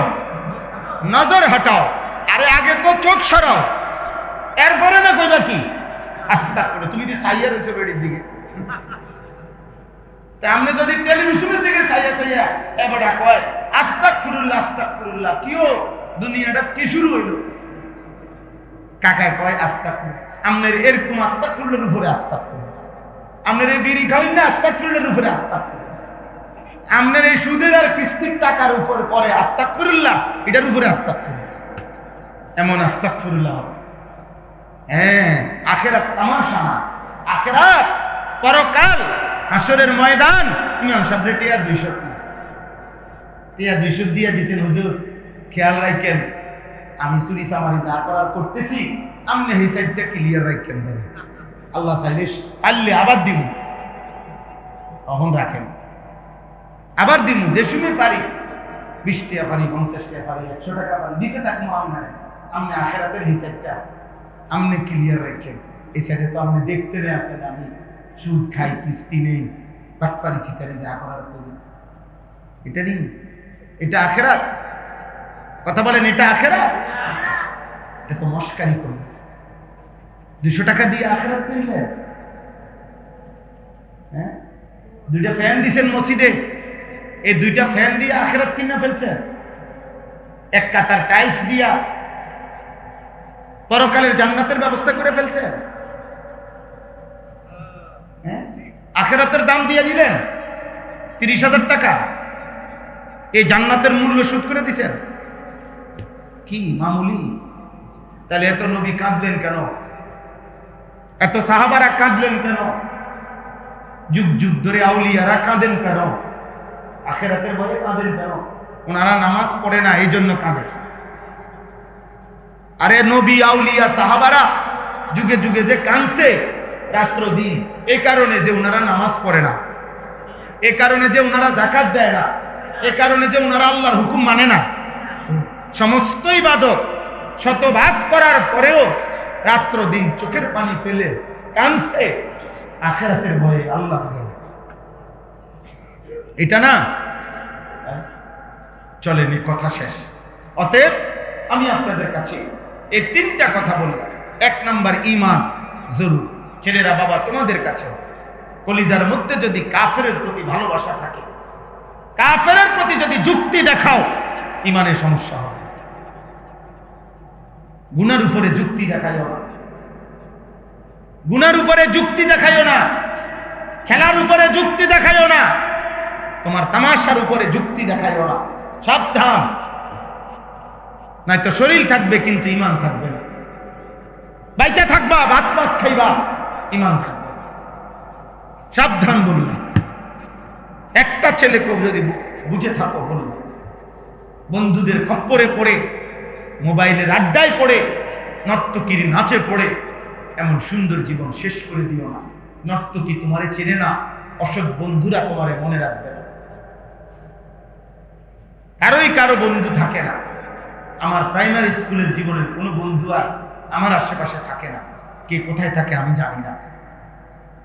আমার মাধ্যমিক লেভেলের কোনো বন্ধু আমার সাথে এখন থাকে না, আমি জানি না কে কোথায় আছে। চলার পথের বন্ধুরা হারিয়ে যাবে, আমি একাই থেকে যাব। একদিন সবাই হারাইতে হারাইতে একদিন আমি এমন জায়গায় পৌঁছবো, এমন গর্তে, যে গর্তে আমার স্ত্রীও আমার পাশে থাকবে না, আমার ছেলে মেয়েও আমার পাশে থাকবে না, আপনজন কেউ আমার সাথে থাকবে না। ওইটার নামই হচ্ছে কবর। ওইটার নাম কি বলেন? সেদিন আমি শতভাগ একা হয়ে যাব, একা হয়ে যাব। এজন্য হাদিসে আছে, আল্লাহর নবী বলছে, কবর ডাক দিয়ে বলে, দুনিয়ার মানুষ, আনা বাইতুল ওয়াহদা, আমি একাকিত্বের ঘর। আনা বাইতুদ দুদ, আমি পোকামাকড়ের ঘর। আনা বাইতুল গুরবা, আমি অপরিচিতের ঘর। অপরিচিত মানুষ দুনিয়াতে ঘর দেখলে আরেকজনের বাড়ি গেলেও বোঝে কোনটা বাথরুম, কোনটা ড্রয়িং রুম, কোনটা ডাইনিং রুম। মানুষের একটা আইডিয়া আছে, আছে না? প্লাস্টিকের দরজা, এটা দেখলে বুঝুন যে এটা বাথরুম। স্বাভাবিকভাবে প্লাস্টিকের দরজা এগুলো বলা হয় কি? বাথরুম। ওয়াশরুম কোনটা এটা বোঝে সে। কোনটা ডাইনিং রুম, ওই সোফা আছে যে রুমে, এটা আন্দাজ করে সবাই এটাই কি রুম, সামনের রুম, ডাইনিং রুম। তাহলে দুনিয়ার মানুষ একজনের ঘর আরেকজনের ঘর দেখলেও চিনে। আল্লাহ রসুল বলে, কবর বলে যে, হে দুনিয়াবাসী, আমার কাছে আসলে দুনিয়ার যত ঘর তুমি জীবনে দেখছো, কোন ঘরের সাথে মিল পাইবা না, এটা অপরিচিত ঘর, অপরিচিত ঘর। হ্যাঁ, আমি সেদিন ব্রাহ্মণবাড়িয়া রাত 2:30 বাজে এক কবরস্থানে আমরা আরো 2-3 জন মিললাম জিয়ারত করতে গেছিলাম। রাতের তখন বাজে 2:30, গভীর রাত, একাকী, সর্বোচ্চ 3-4 জন মানুষ আমরা। বড় কবরস্থান, আমাদের একজন নিকটতম মানুষের কবর সেখানে ছিল। তো আমি ওনার জানাজায় যাইতে পারি নাই, দূরে কোথাও মাহফিলে ছিলাম, যার কারণে পরে অনেকক্ষণ দাঁড়াইছিলাম, আধা ঘন্টা। চারিদিকে তাকায় দেখলাম অনেক কবর, লাইট আছে সুন্দর। আমার সাথের ওপরে বললাম যে এই পৃথিবীতে মাটির উপরে কত উল্লাস, কত আয়োজন, কত চিৎকার, কত কিছু হইতেছে, এই মানুষগুলো এখানে পড়ে আছে চুপ, এরা নড়েও না, এরা কথাও বলে, কোনো হাসি কোনো কান্নাই এদের উপরে কোনো প্রভাব ফেলে না। এই জন্য যুবক কলিজা যদি নরম না হয়, কোনোদিন একাকী, তুমি একা কবরস্থানে যাবে, ওই দেখেন ওই ওরা ওইখানে, ওই দেখেন হাসাহাসি করতেছে, মাশাআল্লাহ, আল্লাহ বরকত দান করেন তোমাদের, আল্লাহ তোমাদেরকে বরকত দান। আফসোস, আফসোস, সবসময় দেখবেন কিছু দিল আছে পাথর। আল্লাহ তাআলা কোরআনে বলছে কিছু পাথর আছে যে পাথর ফাইটা আল্লাহর ভয়ে, সূরা বাকারাতে আছে, খোদার কসম আল্লাহ বলছে কিছু পাথর আছে আমার, এমন পাথর যে পাথর আমি আল্লাহর ভয়ে ফাইটা পানি বাইরে। এ তো কোরআন শরীফের আয়াত। আর কিছু নাফরমান আছে এমন, এই নাফরমান তার উপরে আসমানের গজব যখন পড়ে তখনও বেঈমানে আল্লাহর দিকে ফেরে। এজন্য হাদিস আছে আবু জাহেলকে যখন আব্দুল্লাহ ইবনে মাসউদ কল্লা কাটতেছিল বদরের যুদ্ধের দিন, আবু জাহেল এই বেঈমান তখন বলছে, আবু জাহেল আব্দুল্লাহ ইবনে মাসউদকে বলছে যে কল্লাটা একটু বাড়াইয়া কাইটো, যাতে করে দূরের থেকে মানুষ বুঝে এটা সর্দারের কল্লা। এটা হাদিস। কত বড় বেঈমান, বলছে কল্লা বাড়াইয়া কাটো, আমি একটু বাড়াইয়া কাটো, যাতে দূরের থেকে চিনা যায় এটা সর্দার আবু জাহেলের কল্লা। এই জন্য আব্বা মনে রাখো, আবারও বলছি, দিল নরম করো, আল্লাহকে ডাকো, আল্লাহকে ডাকো। কেউ ডাকে না তোমারে, কেউ ফিরায় না। তোমাদের চুল দেখে অনেকে বুঝে যে এই জঙ্গলি রে, ডাইকা লাভ হবে না, এটা বাপ। তোমাদের হাঁটা চলা দেখলে অনেকে বুঝে। এই জন্য সমাজের মানুষ আর তোমাদের ডাকে না, লজ্জায় ডরে, মনে করে কুকুর ডাক দিলে হয়তো সরে যাইবে, কিন্তু এই সরবে না, এই কার ফিরাই দেবে না। তার থেকে ভালো বাদ দাও, চলতে থাকুক, নষ্ট হয়ে গেছে গেছে, আর কি করবে। অসংখ্য ছেলের জীবনে এমন যে যাদেরকে আর কেউ ডাকে না, মার কাছে বাফে কইয়ায় ফুতের বাফে আব্দ এই অজাত আর মানুষ হইতো না, জিঙ্গাও কি করব, দেশে থাকবো না বিদেশ যাইবো না, কিতা করবো, বাইর করো, বাড়িতে বাইর করো। আর তার অত্যাচার, তার যন্ত্রণায় গায়ে সইতেছে না, বাইর করো, টেহা দিলে যাও।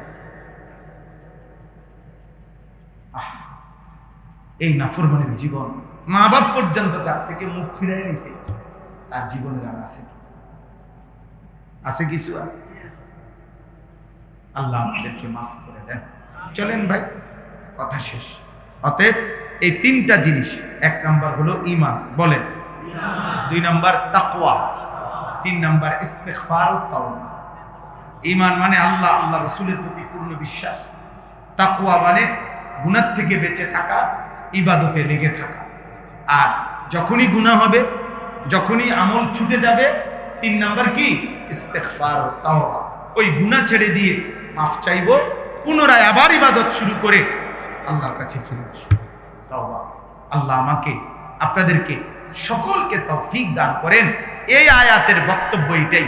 এই শেষ কথা হলো, আল্লাহ ওয়াদা দিছে, বান্দা ওয়া আনিস্তাগফিরু রাব্বাকুম সুম্মা তুবু ইলাইহি, সমস্ত গুনাহ ছেড়ে দিয়ে মাফ চাও, আবার ইবাদত শুরু করে আমার কাছে ফিরে আসো, আমি ওয়াদা দিলাম তোমার দুইটা জিনিস দেব। ইউমাত্তিউকুম মাতাআন হাসানান ইলা আজালিম মুসাম্মা, তোমার বাকি হায়াত, দুনিয়ার জীবনের বাকিটুকু হায়াত, তোমার সমস্ত প্রয়োজন হালাল ভাবে, পবিত্র ভাবে আমি আল্লাহ পূরণ করে দেব। যদি ইস্তিগফার ও তাওবা ঠিক রাখো, আমি আল্লাহ ওয়াদা দিলাম তোমার সমস্ত উপকরণ দুনিয়ার আমি দেব, তবে হারাম না, হাসানান, যা পবিত্র।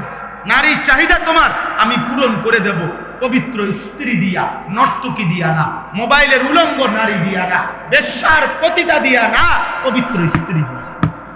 টাকা দরকার, টাকার চাহিদা পূরণ করে দেব, সুদের টাকা দিয়া না, কিস্তির টাকা দিয়া না, লোনের টাকা দিয়া না, ওজনে কম দিয়া টাকা না, বাটপারি সিটারি কইরা চুরি ডাকাতি করার টাকা না, হালাল পবিত্র টাকা দিয়ে আমি প্রয়োজন পূরণ করব।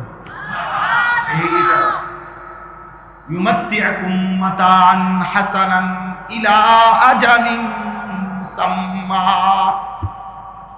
আমার কাছে ফিরে আসো বান্দা, গুনাহ ছেড়ে দিয়ে আমি আল্লাহর কাছে আসো। আমি আল্লাহ ওয়াদা দিলাম বাকিটা হায়াত সব প্রয়োজন পূরণ করব, তবে যা কিছু পবিত্র হালাল তা দিয়ে। কি দিয়ে না? গুনাহ দিয়ে না। হারাম কিছু ধরতে হবে না, কুত্তার গোশত শুকরের গোশত খাইতে হবে না, সুদের টাকা কিস্তির টাকা নিতে হবে না, মোবাইলের নর্তকী দেখতে হবে না। আনন্দই তো দরকার, হালাল দ্বারা আনন্দ পূরণ করে দেবো। আমি তো অনেক সময় বলি, আমার 4.5 বছরের মেয়ে আছে, ছোট মেয়ে। আমার মেয়ে যখন হাসে, আমি ওর দিকে তাকাইলে মনে হয় গোটা পৃথিবী হাসে, আমার দিল খুশ হয়ে যায়। ওর দিকে তাকাইলে দিল শান্তি লাগে। আমার ছোট মেয়ে তো আমার স্ত্রী আছে, আমার মন চাইছে, আমি আমার বিবির দিকে দেখি, নবী সাল্লাল্লাহু আলাইহি ওয়াসাল্লাম বলছে, স্বামী স্ত্রী যদি মেলামেশাও করে, আল্লাহর কসম নবী বলছে ওই ব্যক্তির আমলনামায় সদকার সওয়াব হয়। সাহাবী জিজ্ঞাসা করছে, এত সওয়াব? নবীজি বলছে, এটা যদি হারাম কোন নারীর সাথে করে গুনাহ হয়? সাহাবী বলছে, অবশ্যই গুনাহ হয়। তাইলে পবিত্র স্ত্রীর সাথে মিলিত হলে নেকি হবে না? কেমন করে? ওয়ায়ুতি কুল্লাযী ফাদলিন ফাদলা। আর 2 নাম্বার হলো, আল্লাহ বলেন তোমার সমস্ত নেক আমলের বিনিময়ে আখিরাতে তার চাইতে বড় বিনিময় জান্নাত দিয়ে দেব। ওয়া ইন তাওয়াল্লাউ, আর যদি মুখ ফিরায় নাও আমি আল্লাহর কথা থেকে, ফা ইন্নী আখাফু আলাইকুম আযাবা ইয়াউমিন কাবীর, তাহলে আমি আল্লাহ নবীজির ভাষায় বলছেন যে ভয়ঙ্কর, ভয়ানক, কঠোর, মারাত্মক আযাবের ভয় করছি। হে আমার উম্মত, তাহলে মনে রেখো, কবরে আযাব হবে, জাহান্নামের আযাব হবে, হাসরের ময়দান আযাব হবে, দুনিয়ার জীবনটাও সংকীর্ণ এবং কষ্টের। ফাইন্না লাহু মাঈশাতান দানকা। আল্লাহ তাআলা বলেন, আমি ওয়াদা দিলাম, আমারে ভুলে গেলা, আমি আল্লাহ দুনিয়ার জীবন তোমারে পেরেশানির মধ্যে রাখো। পেরেশানি। হ্যাঁ, অনেক মানুষ আছে আপনার 24 ঘন্টা ইনকাম করে, 18 ঘন্টা বেচা কিনা করে। আমারে বলছে, হুজুর কোন সময় ফেসাবে ধরলে কাস্টমারের সাফে 1 ঘন্টাও ফেসাব ধরে রাখি। হ্যাঁ, 1 ঘন্টা। দুপুরে ভাত দিয়ে গেছে ঘরের থেকে বাড়ি করে দোকানে, আসরের পরে ভাত খায়, টাইম নাই, শুধু বেচতেছে, শুধু বেচতেছে, শুধু বেচতেছে, কিন্তু নামাজও নাই, সেজদাও নাই, হালাল হারামর পার্থক্যও নাই। আপনি জিজ্ঞাসা করেন কিস্তি চলে কয়টা? তবু 60টা। কিস্তি চলে 6টা। কিরে না ফরমান, এত বেচা বেচতি, কিস্তি দেয় না?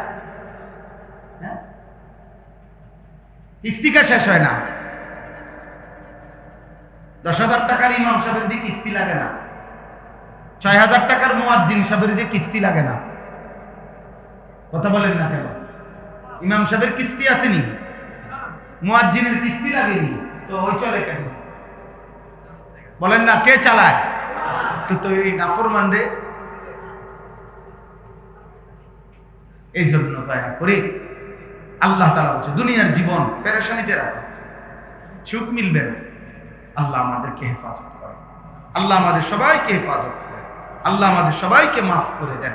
চলেন আমরা ইনশাআল্লাহ জওয়ান, বুড়ো, নারী, পুরুষ গুনাহ থেকে বাঁচব। বলেন ইনশাআল্লাহ।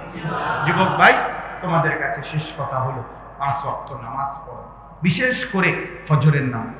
ফজর বিহীন মুমিন হয় না। ফজরের নামাজ, আলহামদুলিল্লাহ সারা বাংলাদেশে আমরা ফজরের নামাজের জন্য খুব মেহনত করি, ফজর ক্যাম্পেইনের কাজ করি। আমাদের একটা কাজ আছে, ফজর ক্যাম্পেইন, মানে ফজরের নামাজের মুসল্লি বৃদ্ধির চেষ্টা। ক্যাম্পেইন মানে প্রচারণ। সারা বাংলাদেশে অনেক যুবক ছেলে ইতিমধ্যে আমাদের এই কাজটা করে। আলহামদুলিল্লাহ, স্কুলের ছেলে, কলেজের ছেলে, ইউনিভার্সিটির ছেলে, সাধারণ ছেলে, যারা কাজটা কি সহজ কাজ। একজন ছেলে সিদ্ধান্ত নিবে আমি ফজর পড়ব, আমার একজন বন্ধুকে ফজরের নামাজের জন্য মসজিদে ডাকবো। এই কাজ এভাবে যে যেখানে যদি করে, আমরা আশা করতেছি ইনশাআল্লাহ একদিন উল্লেখযোগ্য হারে ফজরের মুসল্লি পাবে।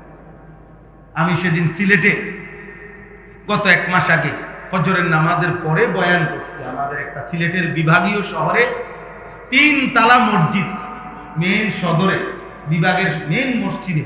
তো যাওয়ার সময় রাত্রে যখন আমরা বাসার থেকে মসজিদের দিকে যাইতেছিলাম, এই পরিমাণ ছেলে সাইকেল দিয়ে দিয়ে দেখছি মসজিদে যাইতেছে ফজরের নামাজ।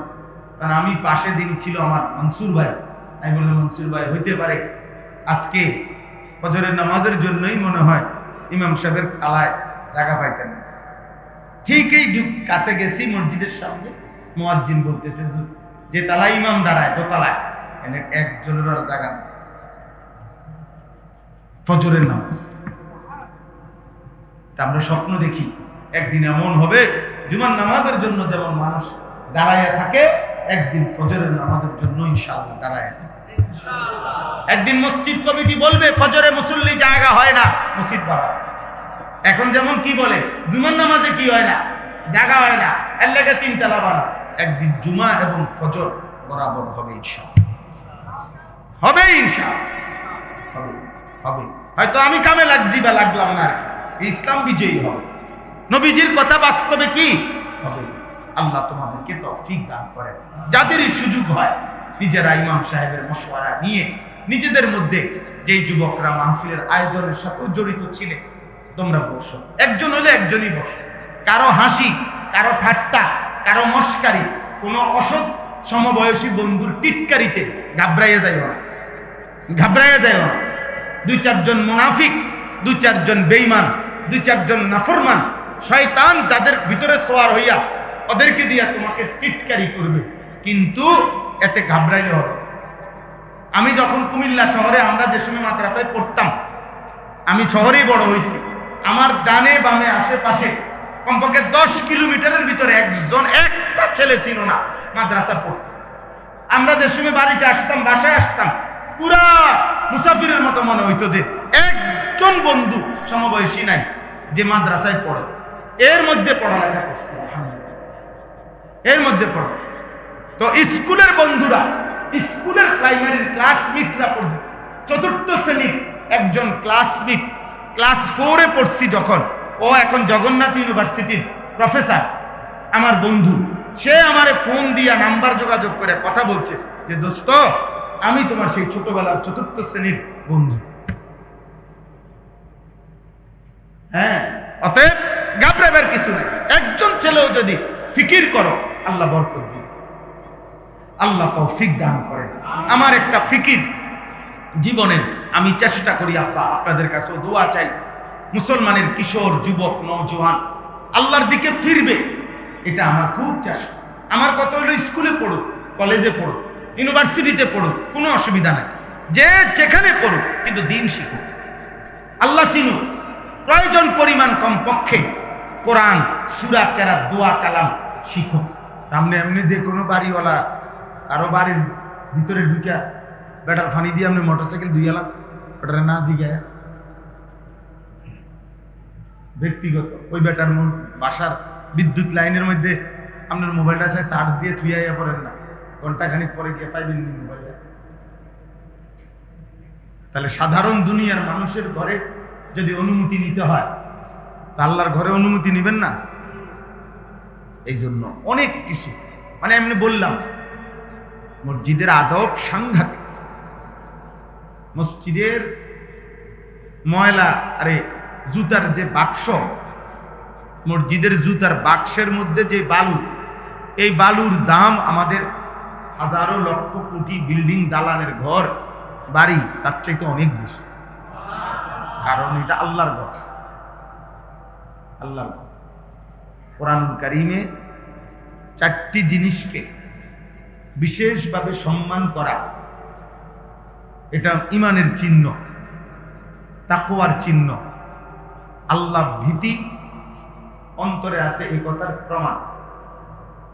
শাআইরুল্লাহ, এই এক নাম্বার হলো কিতাবুল্লাহ, আল্লাহর কিতাব কোরআন। দুই নাম্বার হলো রাসূলুল্লাহ, নবী সাল্লাল্লাহু আলাইহি সাল্লামের পুরা সত্তা, জিন্দেগি, চলাফেরা, নবীজির 23 বছরের যাবতীয় কর্মকাণ্ড শ্রদ্ধা করা, সম্মান করা, এটা ইমানের চিহ্ন, তাকওয়ার চিহ্ন। তিন নাম্বার হলো বাইতুল্লাহ, আল্লাহর ঘর, মসজিদ। ওই কাবাও, আবার সমস্ত কি মসজিদগুলো কার ঘর? এগুলোকে সম্মান করা ইমানের চিহ্ন, তাকওয়ার চিহ্ন, আল্লাহ ভীতির চিহ্ন। অন্তরে ঈমান আছে এই কথা প্রমাণ, অন্তরে আল্লাহর ভয় আছে এই কথার প্রমাণ। আর 4 নাম্বার হলো আহলুল্লাহ, আল্লাহর নেক বান্দাগণ, আল্লাহর ইবাদত, আল্লাহর বন্দিগি, আল্লাহর দ্বীন চর্চা করে যারা, তাদেরকে সম্মান করে। আলেম, ইমাম, হাফেজ, খতিব, মুয়াজ্জিন, 5 ওয়াক্ত নামাজি, এই জাতীয় দিনদার মানুষ যারা ঈমান, ইসলাম, এলেম, আমল নিয়ে যারা থাকে, ওনাদেরকে কি করা? সম্মান। এই কয়টা হলো? 4টা। কিতাবুল্লাহ, কোরআন, আল্লাহর কিতাব। রাসূলুল্লাহ, আমাদের নবী সাল্লাল্লাহু আলাইহি সাল্লামের পুরা জিন্দেগি। আর হলো বাইতুল্লাহ, আল্লাহর ঘর। আর 4 নাম্বার হলো আহলুল্লাহ, আল্লাহর প্রিয় নেক বান্দাগণ।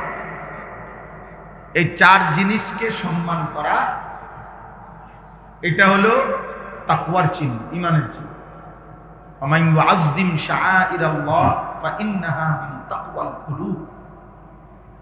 আল্লাহ তাআলা বলেন, যে আল্লাহর নিদর্শনাবলীকে সম্মান করবে, এটা তার অন্তরে তাকওয়ার চিহ্ন বহন করবে, আল্লাহ ভীতির চিহ্ন বহন করবে।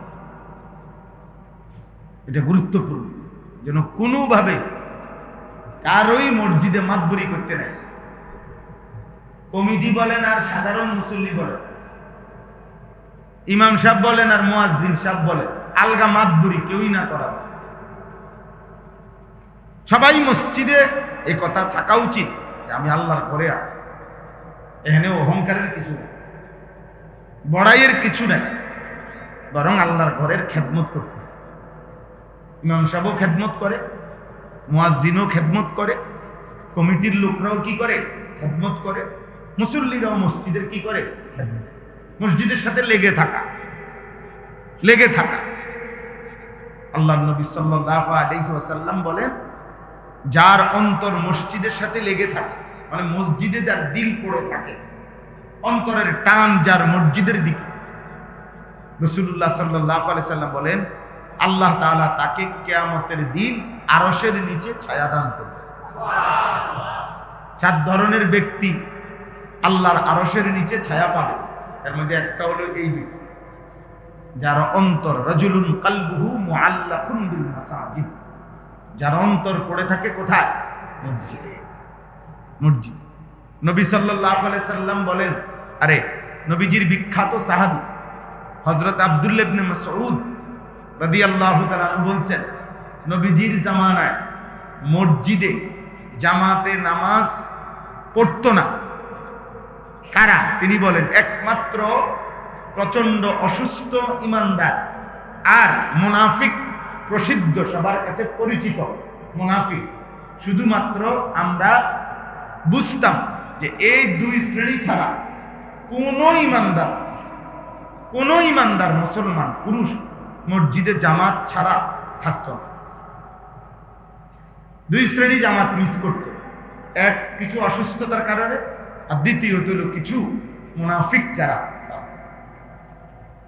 এজন্য নবী সাল্লাল্লাহু আলাইহি সাল্লামের জামানায় মসজিদে অনুপস্থিত ব্যক্তিকে ওনারা মুনাফিকই ভাবতেন, আর নয়তো অসুস্থ। তো অসুস্থ হলে তো ঠিক আছে, মারিদ, হাবাসাহু মারিদ, অথবা আল মুনাফিক ইউরাফু নিফাকুহু, যার মুনাফিকি সবাই জানত। এই জন্য এখান থেকে তোমরা ছেলেরাও আন্দাজ করা উচিত, বাবারাও সবাই, আমি আপনি সবাই, আপনি মুমিন না মুনাফিক, এটার বাহ্যিক একটা চিহ্ন এটাও। মসজিদের সাথে আপনার সম্পর্ক, মসজিদের সাথে আপনার আসা যাওয়া কেমন, মসজিদের জামাতে আপনার আসা যাওয়া কেমন। হযরত আব্দুল্লাহ ইবনে ওমর বলছেন, নবী সাল্লাল্লাহু আলাইহি ওয়াসাল্লামের জামানায় ফজরের নামাজে কোনো মুসল্লিকে আমরা না দেখলে আমরা দুইটা জিনিসই ভাবতাম, সে হয়তো রোগাক্রান্ত আর নয়তো মুনাফিক। তৃতীয় কোনো বিষয় হইতে পারে না। মুসলমান না, না মুসলমান ফজরের নামাজের জামাতে আসে নাই, অথচ সে মুসলমান। উনি বলেন আমরা এটা তারে ভাবতাম, আমরা ভাবতাম হয়তো কি মুনাফিক নয়তো কি। স্পষ্ট হাদিস, স্পষ্ট।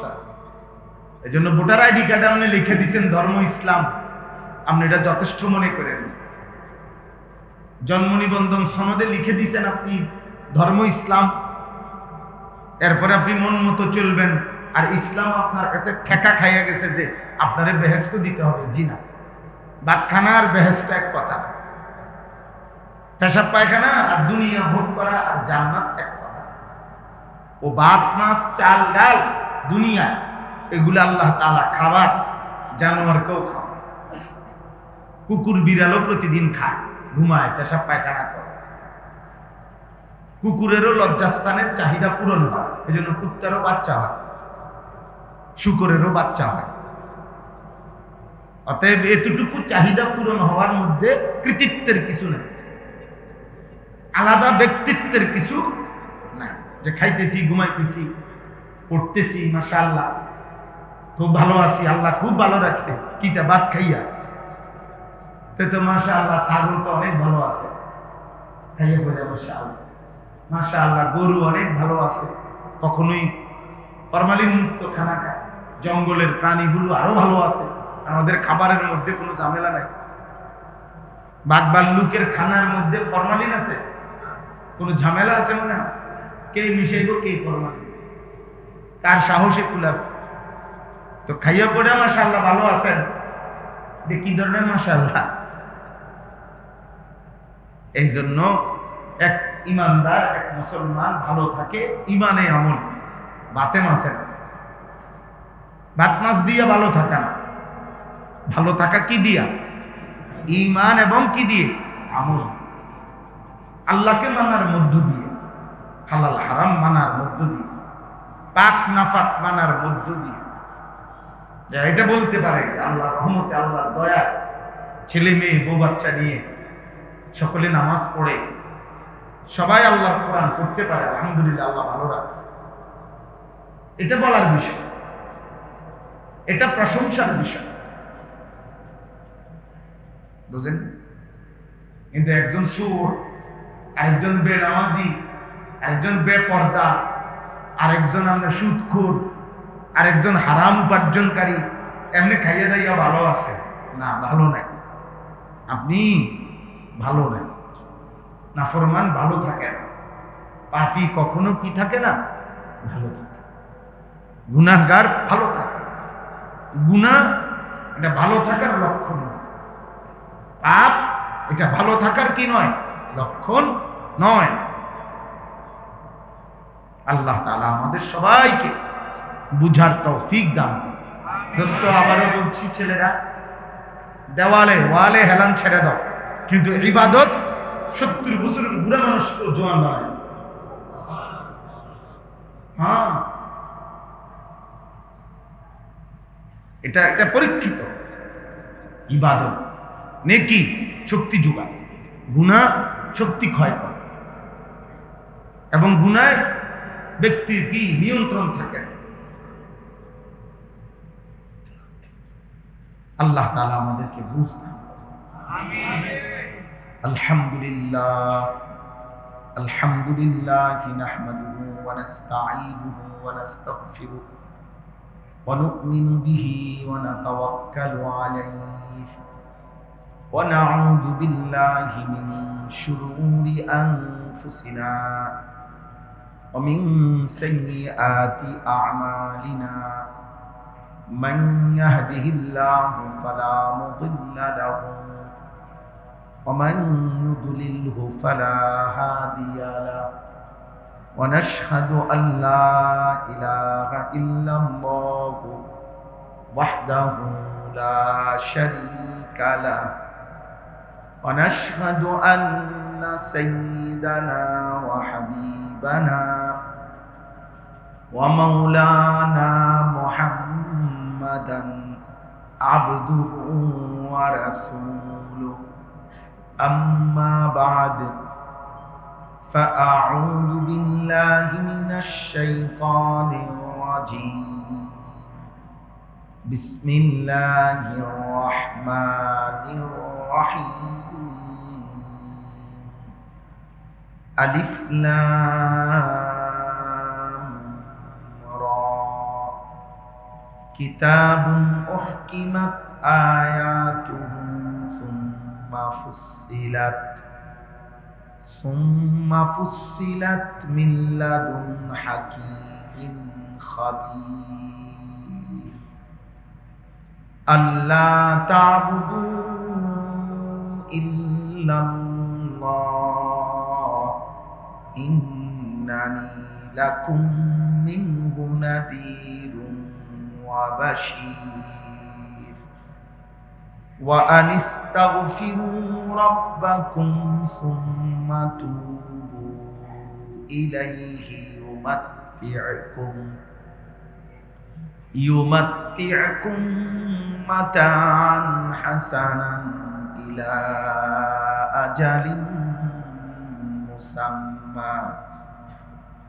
إلى أجل مسمى ويؤتي كل ذي فضل فضله وإن تولوا فإني أخاف عليكم عذاب يوم كبير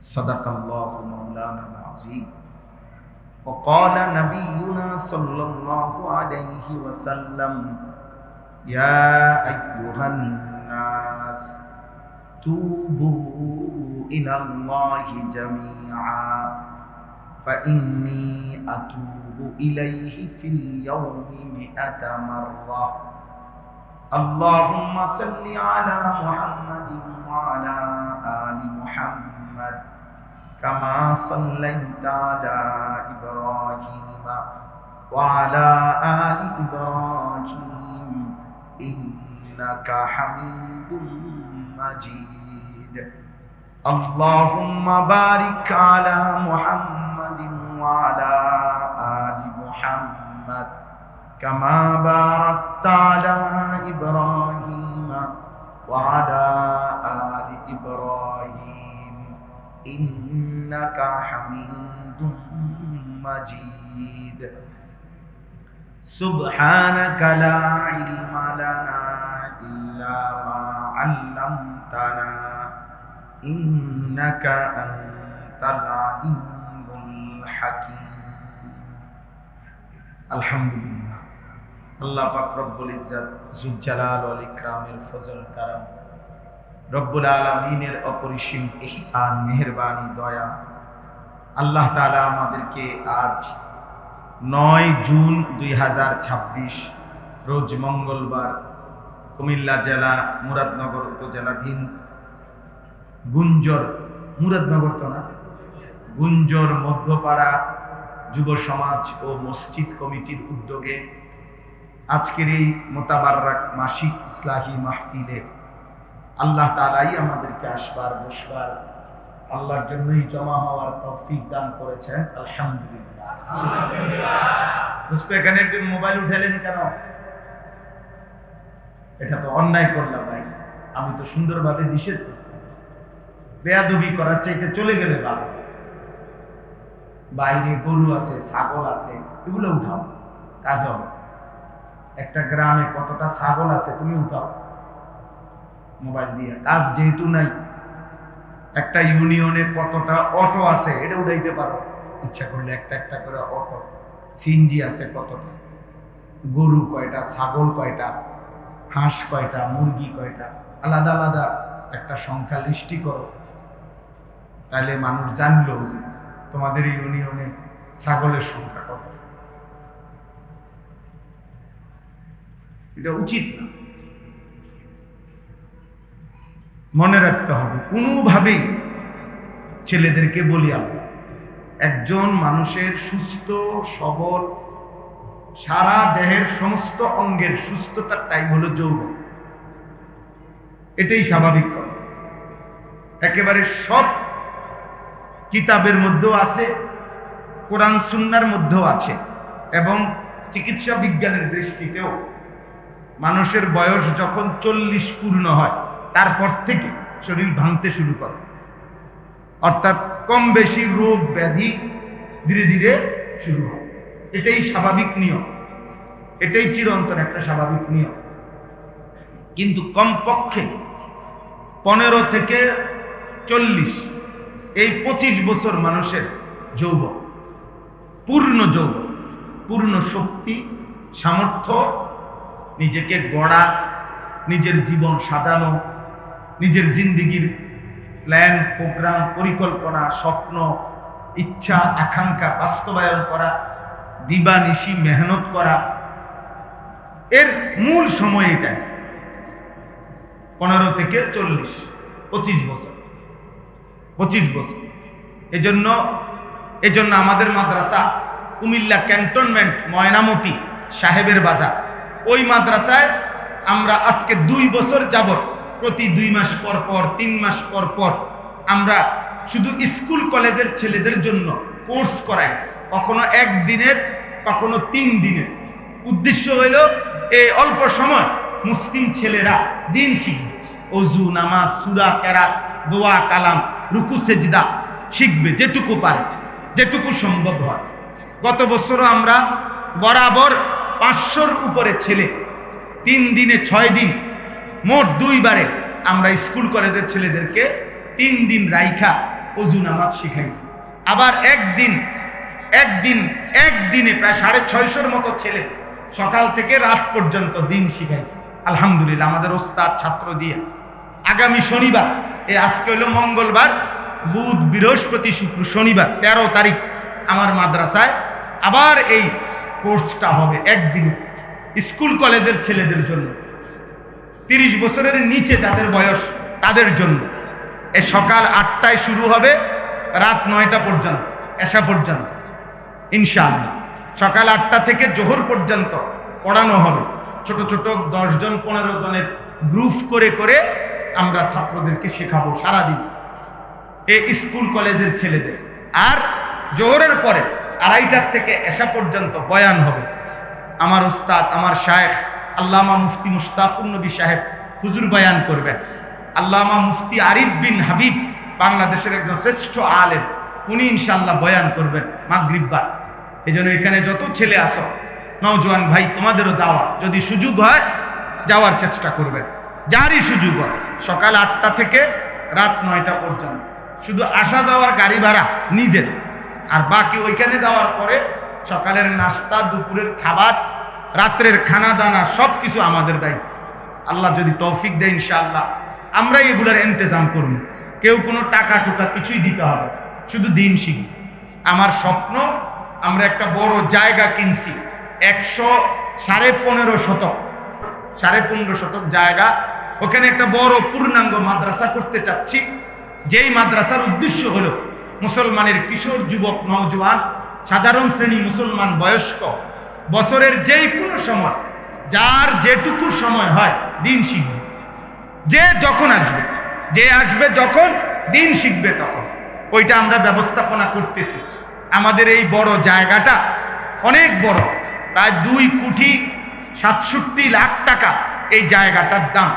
আপনাদের কাছে আমার একটা কাগজ আবেদন হিসাবে দিচ্ছি।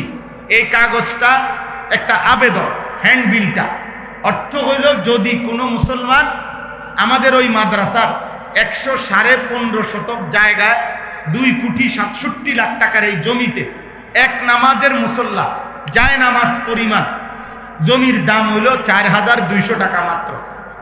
কোন আল্লাহর বান্দা যদি পারেন, এই কাগজটার মধ্যে বিকাশ নাম্বার আছে, অ্যাকাউন্ট নাম্বার আছে, পারলে যদি মহব্বত হয়, সুযোগ হয়, তাহলে আমাদের এই মাদ্রাসায় এক নামাজের মুসল্লা পরিমাণ যায় নামাজ পরিমাণ টাকা 4,200 টাকা পারলে দিয়ে, এইটার আবেদন এই কাগজটার মধ্যে আছে, ঠিকানা আছে, মোবাইল নাম্বার আছে, বিকাশ নাম্বার আছে, অ্যাকাউন্ট নাম্বার আছে। যুবক ছেলেরা ভাই, তোমরাও পারলে নিও। যদি কেউ পারো, তোমাদের প্রবাসী বাবা আছে, প্রবাসী ভাই আছে, সুযোগ থাকলে দিও। আলহামদুলিল্লাহ, মজার বিষয় হলো শুনেন, সারা বাংলাদেশ থেকে এই পর্যন্ত যেই মানুষ দান করছে, এই মানুষের দানকৃত টাকা দিয়ে আমরা 1,78,00,000 টাকা সুদ করে ফেলছি। সব এই আল্লাহর বান্দাদের ছোট ছোট দান। এবং আশ্চর্য হলো আরো বেশি যে এই 1,78,00,000 টাকার মধ্যে সবচেয়ে বেশি টাকা দিছে মহিলারা। হ্যাঁ, এটা আশ্চর্য। মহিলারা সারা বাংলাদেশ থেকে এই বিকাশে টাকা পাঠায় প্রতিদিন। মহিলাদের, মা বোনদের ব্যাপক দান, কারণ অল্প টাকা, 4,200 টাকা। তো এই জন্য সদকায়ে জারিয়ার সওয়াব পাবেন।